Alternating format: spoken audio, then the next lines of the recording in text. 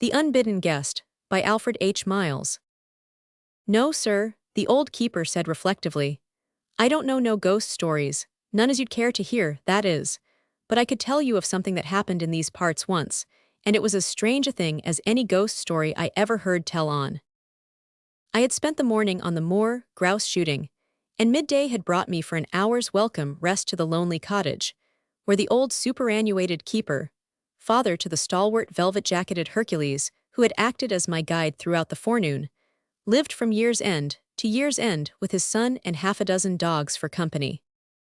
The level beams of the glowing August sun bathed in a golden glow the miles of purple moorland lying round us. Air and scenery were good to breathe and to look on.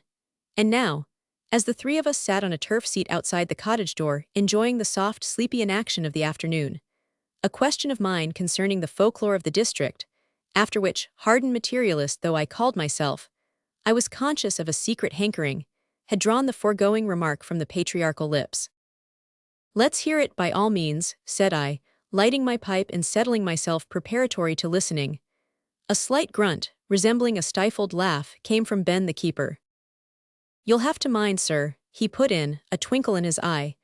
Dad believes what he's a-going to tell you, every word of it, it's gospel truth to him. Aye, that I do, responded the old man warmly. And why shouldn't I? Didn't I see it with my own eyes? And seein's believin', ain't it? You arouse my curiosity, I said.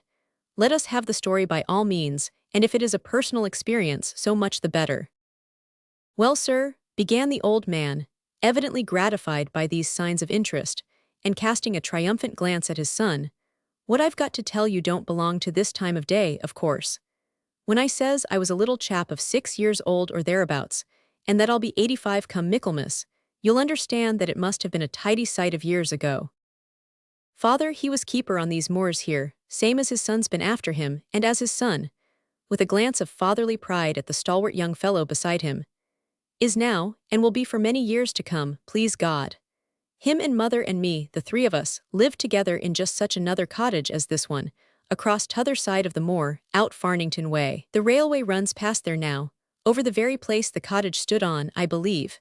But no one so much as dreamt o' railways, time I talk on. Not a road was near, and all around there was nothin' but the moors stretching away for miles, all purple ling and heather, with not a living soul nearer than Wharton, and that was a good 12 miles away. It was pretty lonely for mother, o' course, during the day. But she was a brave woman, and when Dad come home at night, never a word would she let on to tell him how right down scared she got at times, and how mortally sick she felt of hearing the sound of her own voice. Been pretty quiet for you, Polly, Dad would say at night sometimes, when the three of us would be sitting round the fire, with the flame dancing and shining on the wall and making black shadows in all the corners. Yees, so, Mother would answer, kind of grudging-like, and then she'd start telling him what she'd been about all day, or something as I'd said or done, so as to turn his attention, you see, sir. And as a woman can generally lead a man off on whatever trail she likes to get his nose on, Dad would never think no more about it. And as for mother and me being that lonely, when he and the dogs were all away, why, I don't suppose the thought of it ever entered his head. So, what with her never complaining and that, Dad grew easier in his mind, and once or twice, when he'd be away at the castle late in the afternoon, he'd even stay there overnight. Well, sir, one day when Dad comes home to get his dinner he tells mother as how there's a lot of gentlemen come down from London for the shooting, and as he'd got orders to be on hand bright and early next morning, the meaning of that being that he'd have to spend the night at the castle. Mother didn't say much. 'Twasn't her way to carry on when she knew a thing couldn't be helped, and Dad went on talking. Tomorrow's quarter day, Polly, and you've got our rent all right for the agent when he comes. Put this along Wyatt, lass, it's Tom Regan's, and he's asked me to hand it over for him and save the miles of walking. I don't know what come to mother, whether something warned her, or what, but she give a sort of jump as Dad spoke. Oh, Jim, says she, all in a twitter, you're never going to leave all that money here and you away, and the child and me all alone. Can't you leave one of the dogs? Dad stared at her. No, he says, I can't, more's the pity, they're all wanted tomorrow and I've sent them on to the castle. Why, Polly, lass, what's come to you? I've never known you take on like this before. Then mother, seeing how troubled and uneasy he looked, plucked up heart and told him, trying to laugh, never to mind her. She had only been feeling a bit low, and it made her timid-like. But Dad didn't laugh in answer, only said very grave that if he'd known she felt that way, he'd have took good care she wasn't ever left alone overnight. This should be the last time, he'd see to that. And anyhow he'd take the rent money with him and wouldn't leave it to trouble her. Then he kissed her and kissed me and went off, striding away over the moors towards Farnington. The Sunset Way I called it, 'cause the sun set over there. And I can see him big and tall like Ben here, moving away among the heather till we lost him at the dip of the moor. And I mind how, just before we saw no more of him, he pulled up and looked back as if Mother's words stuck to him somehow, and he couldn't get them out of his mind. Mother seemed queer and anxious all that afternoon. Long before dusk she called me in from playing in the bit of garden in front of the door, and shut and barred it closely, not so much as letting me stand outside to watch the sunset, as I always liked to do. It was getting dark already, the shadows had begun to fall black and gloomy all round the cottage, and the fire was sending queer dancing gleams flickering up the wall, when I hears a queer, scratching, whining noise at the door. Mother was putting out the teacups, and she didn't hear it at first. But I, sitting in front of the fire, heard it well enough, and I tumbled off my stool and ran to the door to get it open, for I thought I knew what it was. But Mother had pulled the bar across at the top and I couldn't stir it. "There's something at the door that wants to come in," I says, pulling at it. "There ain't nothing of the sort," says Mother shortly and goes on putting out the tea. "Let the door alone." "Yes, there is," I says. "It's a dog. It's Nip or Juno," meaning the brace of pointers that Dad had usually in the kennels outside. Then Mother, thinking that perhaps Dad had found that one of the dogs could be spared after all, and had told it to go home, went to the door and opened it. I had been right and wrong too, for on the doorstep there was a large black dog. My word, but he was a beautiful creature, sir, the finest dog I ever set eyes on. Like a setter in the make of him, but no setter that ever I saw could match him for size or looks. His coat was jet black, as glossy as the skin of a thoroughbred, with just one streak of white showing down the breast, and his eyes, well, they were the very humanest, sir, that ever I see looking out of a dog's face. Now Mother, although she had expected to find a dog outside, hadn't dreamt of anything except one of Ern, and she made like to shut the door on him. But the creature was too quick for her. He had pushed his head through before she knew it, and she scarcely saw how, or even felt the door press against her when he had slipped past and was in the room. Mother was used to dogs, and hadn't no fear of them, but she didn't altogether like strange ones, you see, sir, me being such a child and all, and her first thought was to put the creature out. So she pulled the door wide open and pointed to it, stamping her foot and saying, "Be off, go home." It was all very well to say that, but the dog wouldn't go. Not a step would he budge, but only stood there, wagging his tail and looking at her with them beautiful eyes of his, as were the biggest and beautifulest and softest I ever see in dog before or since. She took up a stick then, but his eyes were that imploring that she hadn't the heart to use it. And at last, for the odd kind of uneasiness that had hung about her ever since Dad had gone was on her still, and the dog was a dog and meant protection whatever else it might be, she shut the door, barred it across, and said to me that we would let it stop. I was delighted, of course, and wanted to make friends at once, but the queer thing was that the dog wouldn't let me touch him. He ran round under the table and lay down in a corner of the room, looking at me with his big soft eyes and wagging his tail, but never coming no nearer. Mother put down some water and he lapped a little, but he only sniffed at a bone she threw him and didn't touch it. It was quite dark by this time, and Mother lit a candle and set it on the table to see to have tea by. Afterwards she took her knitting and sat down by the fire, and I leaned against her, nodding and half asleep. The dog lay in the corner farthest from us, between the fireplace and the wall, and I'd forgotten altogether about him, when Mother looks up sudden. "Bless me," says she, "how bright the fire do catch the wall tonight. I haven't dropped a spark over there, surely." And up she gets and crosses over to t'other side to where the firelight was dancing and flickering on the cottage wall. Now, sir, whether it was no more than just the light catching them, mind you, I can't say. I only know that as Mother come to the corner where that dog was a-lying, and he lifted his head and looked at her, his eyes were a-shining with a queer lamping sort of light, that seemed to make the place bright all round him. But it wasn't till afterwards that she thought of it, for at that moment there came a sudden sharp knock at the door. My eye, how Mother jumped, and I see her face turn white, For in that lonely out-of-the-way place we never looked for visitors after dark, nor in the daytime, many of 'em, and the sound of this knock now give her quite a turn.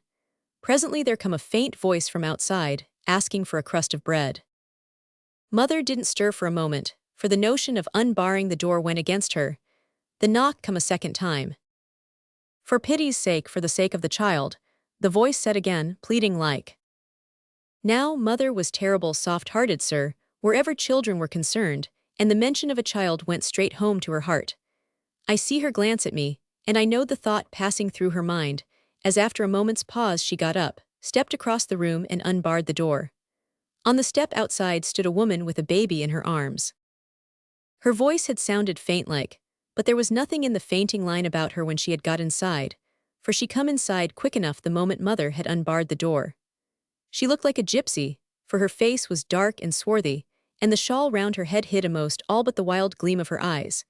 And all the time she kept on rocking that child in her arms until I reckon she must have rocked all the crying out of it, for never a word come from its lips. She sat down where mother pointed, and took the food she was given, but she offered nothing to the child. It was asleep, she said, when mother wanted to look at it. Yes, she was a gypsy, and on the tramp across the moor she had missed her way in the fog, for there was a heavy fog coming up. How far was it to Farnington? 12 miles. She'd be thankful to sit and rest by the fire a bit, then, if mother would let her. And without waiting for yes or no, she turned round and put the child out of her arms down on the settle at her back. Then she swung round again and sat staring with her black eyes at the fire. I was sat on my stool opposite, and childlike, I never so much as took my eyes off her, wondering at her gaunt make, the big feet in the clumsy men's boots that showed beneath her skirts, and the lean, powerful hands lying in her lap. Seems she didn't altogether like me watching her, for after a bit she turns on me and asks, "What are you staring at, you brat?" "Nothin'," says I. "Then if you wants to look at nothin'," says she with a short laugh, "you can go and stare at the kitty there, not at me." And she jerked her head towards the settle where the baby was a-lying. "Ah, poor little thing," says mother, getting up. "It don't seem natural for it to lie there that quiet. I'll bring it to the fire and warm it a drop o' milk." She bent down over the baby and was just about to take it in her arms, when she gave a scream that startled me off my stool, and stood up, her face as white as death.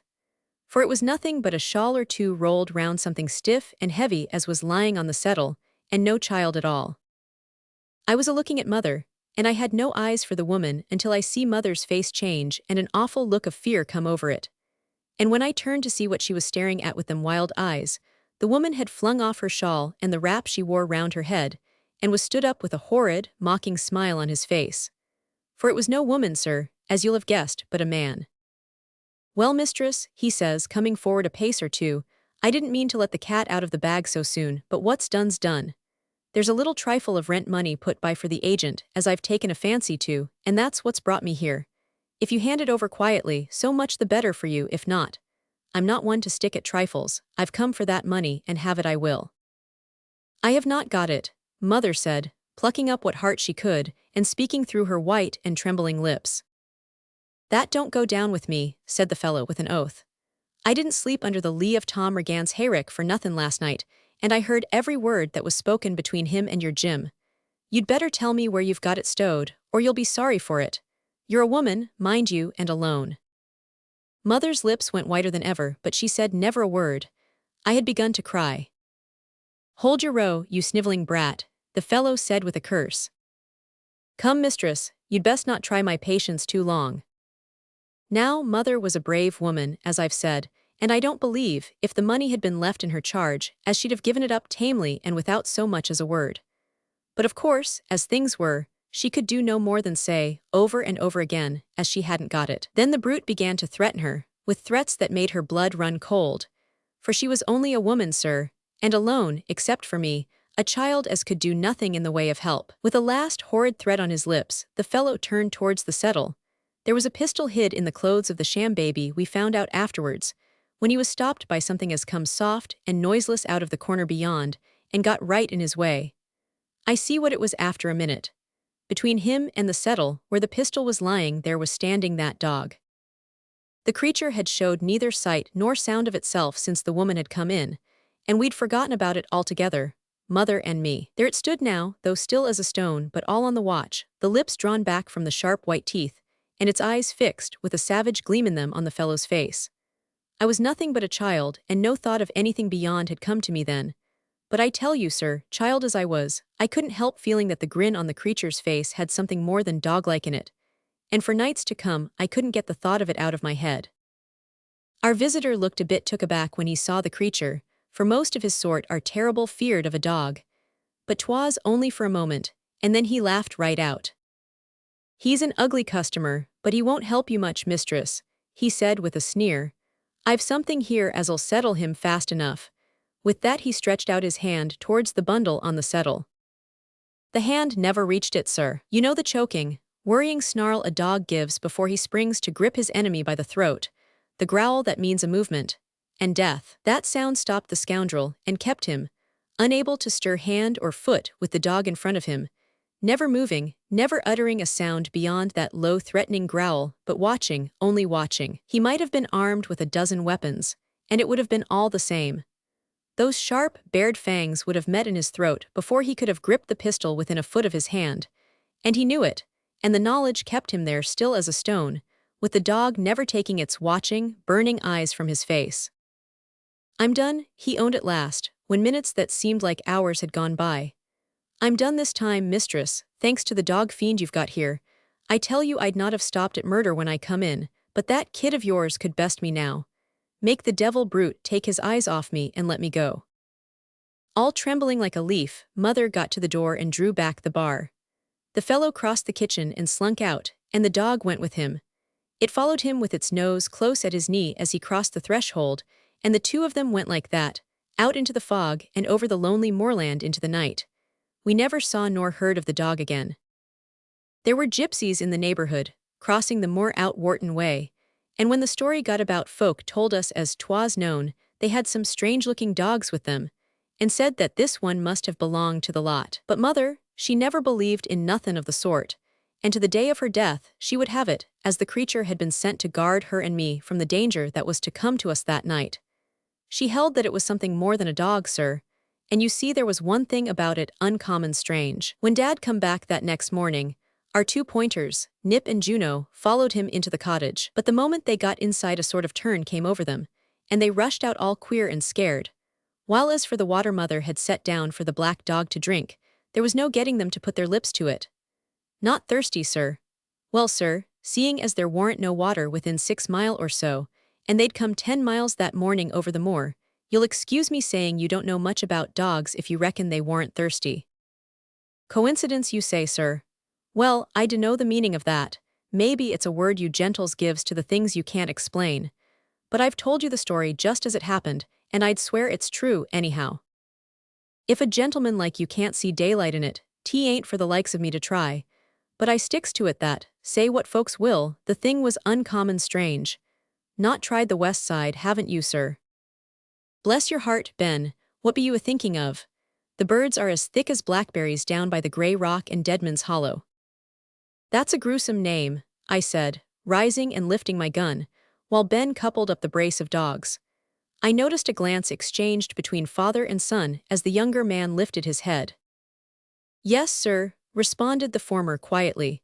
"The morning after that night I've been telling you of, the body of a man was found down there, and that's how the hollow got its name." Mother, she knew him again the moment she set eyes on the dead face, for all he'd got quit of the woman's clothes, and there warn't no mark nor wound on him, to show how he'd come by his death. "Oh yes, sir, I ain't saying as the fog warn't thick that night, nor as how it wouldn't have been easy enough for him to missed his footing in the dark, though to be sure there were folks as would have it twarn't that as killed him. Good day to you, sir, and thank you kindly. Ben here'll see to your having good sport."